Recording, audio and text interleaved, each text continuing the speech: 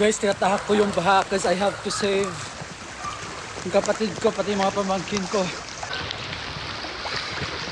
So guys, nagpahinga na muna ako. Sobrang lakas na. Sabi nila hindi na daw kaya. Pag ganun pa yung bahay ng kapatid ko, hindi ko na kaya kasi sobrang lakas na ng current ng baha. Ayan o. So, pahinga muna ako dito. Pero layo na ng nilakad ko. Buong street ko, baha. So ayan, mula dito sa kinatatayuan ko, mataas na to na part, malalim na daw so hinto muna ako, tsaka malakas na, hindi ko na kayang salubungin yung baha. Okay guys, sobrang lalim na dito pero ginabay-bay na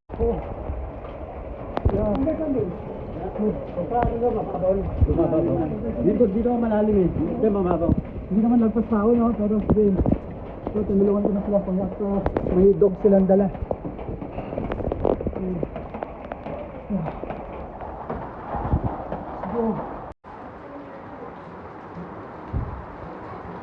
Pahinga muna tayo, sobrang lakas ng current ng baha. Guys, disappointed ako. Bumalik na ako dito sa car. Layo ng nilakad ko mula dun sa area na yon. Disappointed ako kasi nandun na ako tatawid na lang ako nung daan. Kaso yung daan na natatawiran ko, sobrang lakas na ng baha. Hindi na kayang tawiran ng tao. Kaya disappointed ako kasi yun na yung pagtawid ko, nandun na sila So, wala akong choice. So ngayon, basang basa ako, pasok ako dito sa loob ng sasakyan.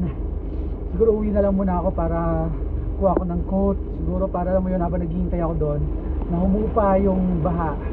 Right? Kasi kailangan makalikas sila Uwi na muna ako. Pero pagod ako. Layo ng nilakad ko guys.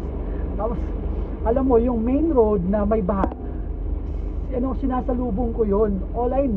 Because all I thought, yun lang yung daan para makarating sa kanila kasi hindi ko kabisado yung area nila So, only to find out doon sa dulo na mayroon palang pataas na area na pwede kang dumaan doon sa mataas na area na pagbaba mo, yun na mismo yung street nila.